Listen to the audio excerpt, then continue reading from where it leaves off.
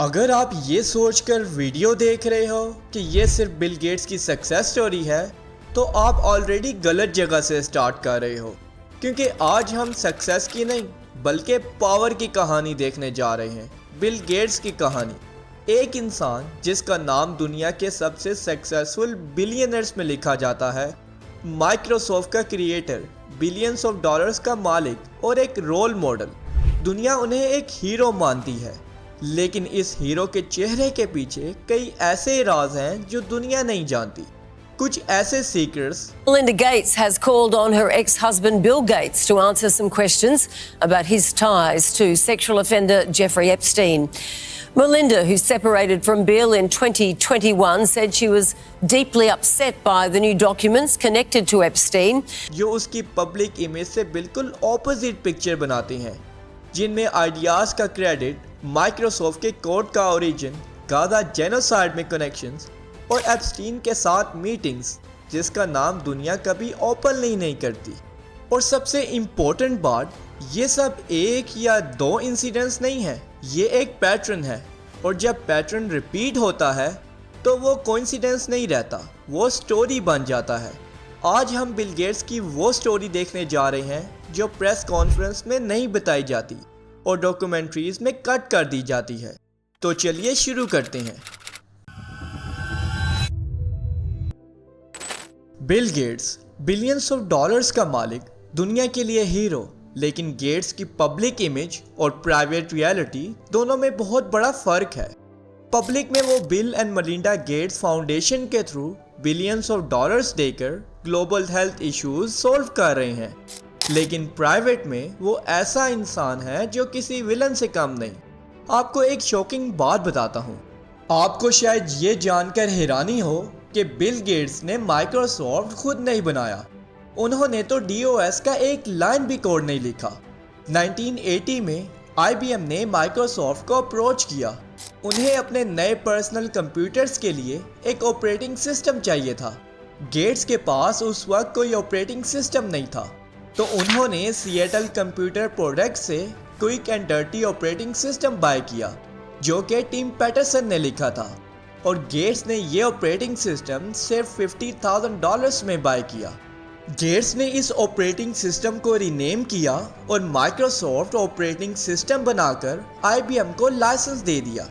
IBM को पता नहीं था कि माइक्रोसॉफ्ट के पास एक्चुअली कोई ऑपरेटिंग सिस्टम नहीं है।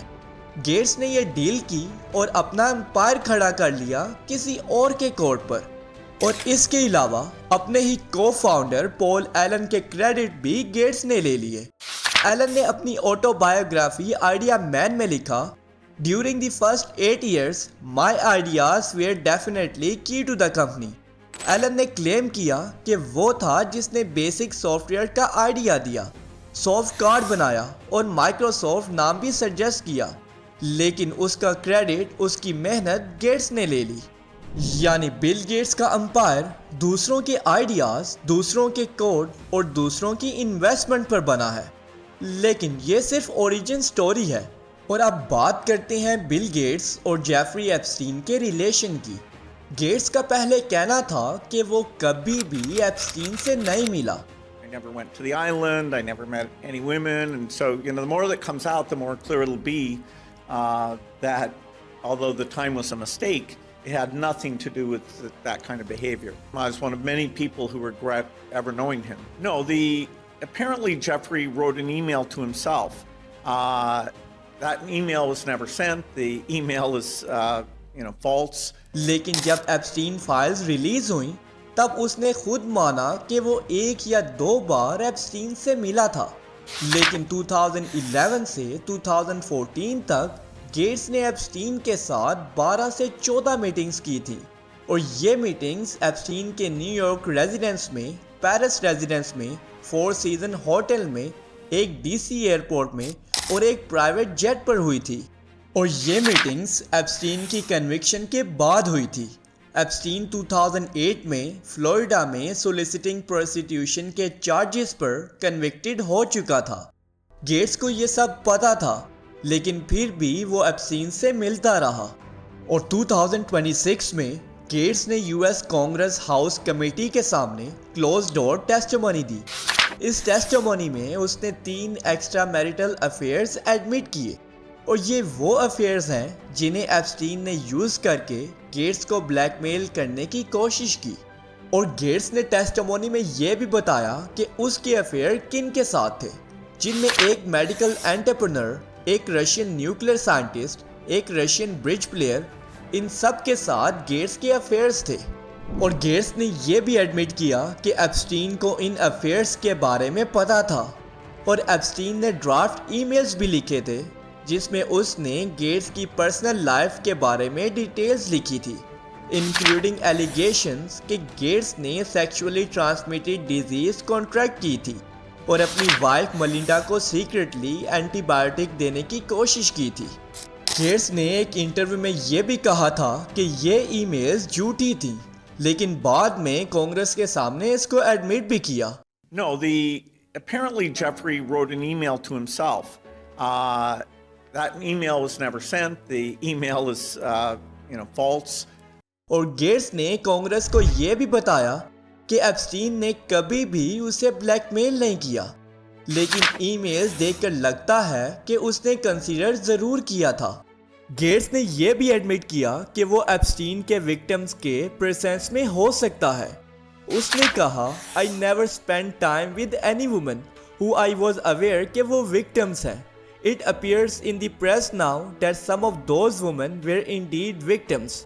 लेकिन सबसे शॉकिंग बात, एप्स्टीन की ईमेल्स में एलिगेशन थी कि गेट्स ने एसटीडी कॉन्ट्रैक्ट की थी और अपनी वाइफ मलिंडा को सीक्रेटली एंटीबायोटिक्स देने की कोशिश की थी। गेट्स ने कांग्रेस को यह भी बताया, मुझे कभी भी कोई सेक्सुअली ट्रांसमिटेड डिजीज नहीं हुई। हो सकता है कि मुझे इसकी फिक्र हुई हो, लेकिन मुझे याद नहीं, और ना ही मैंने कभी किसी को सीक्रेटली कोई मेडिकेशन दी। लेकिन एप्स्टीन की ईमेल्स में ये एलिगेशन थी और गेट्स ने खुद एडमिट किया कि एप्स्टीन ने ड्राफ्ट ईमेल्स लिखे थे जिसमें उसने एवरी पोटेंशियल नेगेटिव थिंग लिखा, कुछ सच और कुछ झूठ। और गेट्स की एक कन्विक्टेड सेक्स ऑफेंडर के साथ डजन मीटिंग्स उसकी कन्विक्शन के बाद भी। और यही वजह थी कि मलिंडा गेट्स ने 2021 में उसे डिवोर्स ले लिया और एप्स्टीन का कनेक्शन एक की रीजन था। Last week, the multi-billionaires announced in a joint statement they were ending their 25-year marriage because we no longer believe we can grow together as a couple in this next phase of our lives. The Journal citing several people reporting that one source of concern for Melinda, a global advocate for women and girls, was Bill's dealings with convicted sex offender Jeffrey Epstein. According to documents obtained by the Journal, Melinda and her advisors held a number of calls with divorce lawyers in October 2019. और सबसे disturbing बात कि जब Gaza में हजारों Palestinians मारे गए, तब माइक्रोसॉफ्ट और बिल गेट्स बिलियंस कमा रहे थे इसराइल को एआई, क्लाउड और सर्विलेंस टेक्नोलॉजी देकर। 2021 में माइक्रोसॉफ्ट ने इसराइल के साथ $133 मिलियन का कॉन्ट्रैक्ट साइन किया। इस कॉन्ट्रैक्ट के थ्रू इसराइली मिलिट्री माइक्रोसॉफ्ट की सेकेंड लार्जेस्ट डिफेंस कस्टमर बन गई अमेरिका के बाद। इस कॉन्ट्रैक्ट के हिसाब से माइक्रोसॉफ्ट इसराइल को हर किस्म की टेक्नोलॉजी प्रोवाइड करता है, एआई से लेकर सिविलियंस के सर्विलेंस तक। और ये टेक्नोलॉजी यूज करके इसराइल ने गाजा में जेनोसाइड किया। और 7 अक्टूबर के अटैक के बाद इसराइल ने माइक्रोसॉफ्ट की टेक्नोलॉजी का यूज 200 टाइम्स ज़्यादा कर दिया टारगेट रिसर्च और आइडेंटिफाई करने के लिए। माइक्रोसॉफ्ट ने इसराइली मिलिट्री को एजूर, ओपनएआई और अदर ट्रांसलेशन टूल्स भी प्रोवाइड किए जो 75% मिलिट्री यूसेज के लिए रिस्पॉन्सिबल थे। लेकिन ये सब सिर्फ टेक्नोलॉजी तक ही लिमिटेड नहीं, बल्कि माइक्रोसॉफ्ट ने इसराइली मिलिट्री यूनिट्स में अपने इंजीनियर्स भी इंटीग्रेट किए हाईली सेंसिटिव और क्लासिफाइड प्रोजेक्ट्स पर काम करने के लिए। माइक्रोसॉफ्ट ने 1000 प्लस फॉर्मर इसराइली सोल्जर्स और ऑफिसर्स को एम्प्लॉय भी किया और इन्वेस्टिगेशन के मुताबिक 300 plus farmer Israeli spice currently Microsoft में काम कर रहे हैं। मतलब बिल गेट्स और माइक्रोसॉफ्ट ने बिलियंस ऑफ डॉलर्स कमाए एक ऐसी कंट्री से डील करके जिसने गाजा में जेनोसाइड किया, हजारों मासूम लोगों की जानें ली। अब सवाल सिर्फ ये नहीं कि बिल गेट्स सक्सेसफुल है या नहीं, इस बात से कोई इनकार नहीं कर सकता कि उन्होंने टेक्नोलॉजी की दुनिया को हमेशा के लिए बदल दिया, जिसकी सक्सेस स्टोरी हर स्कूल बिजनेस में सुनाई जाती है। लेकिन जब किसी इंसान के नाम के साथ इतनी कंट्रोवर्सीज, इतने कॉन्फ्लिक्ट्स और इतने अनआंसर्ड क्वेश्चंस जुड़ जाए, तो फिर सिर्फ उसकी अचीवमेंट्स दिखाना काफ़ी नहीं होता। आइडियाज़ का क्रेडिट जेफरी एप्स्टीन के साथ रिपीटेड मीटिंग्स और माइक्रोसॉफ्ट के मिलिट्री कॉन्ट्रैक्ट्स, ये सब फैक्ट्स और एलिगेशंस पब्लिक डिस्कशन का हिस्सा रही हैं। इनमें से कुछ बातें गेट्स ने खुद एडमिट भी की, कुछ एलिगेशंस को उन्होंने रिजेक्ट किया और कुछ आज भी डिबेट का टॉपिक हैं। लेकिन इस वीडियो का मकसद किसी को जज करना नहीं, बल्कि वो क्वेश्चंस उठाना है जो अक्सर हेडलाइन से गायब कर दिए जाते हैं। लेकिन शायद सबसे इम्पोर्टेंट बात बिल गेट्स नहीं बल्कि हम हैं, क्योंकि जब भी कोई इंसान इतनी दौलत, इतना इन्फ्लुएंस और इतनी पावर हासिल कर लेता है तो सवाल पूछना नफरत नहीं होता, अकाउंटेबिलिटी, डेमोक्रेसी और ट्रांसपेरेंसी का पहला कदम होता है।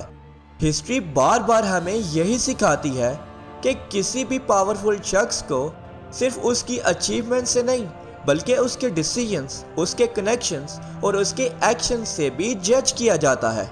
इसीलिए किसी को ब्लाइंडली हीरो बनाना भी खतरनाक है और बिना एविडेंस के विलन बना देना भी। सच हमेशा इमोशंस नहीं फैक्ट से ढूंढा जाता है, और जितनी बड़ी पावर होती है उतनी ही बड़ी रिस्पॉन्सिबिलिटी और उतनी ही बड़ी अकाउंटेबिलिटी होनी चाहिए। अब फैसला आपका है, क्या बिल गेट्स सिर्फ एक बिजनेसमैन है या फिर एक ऐसी पावरफुल पर्सनैलिटी है जिसकी पब्लिक इमेज के पीछे अब भी बहुत से सवाल जवाब का इंतज़ार कर रहे हैं। अपना ओपिनियन कमेंट में ज़रूर बताएं।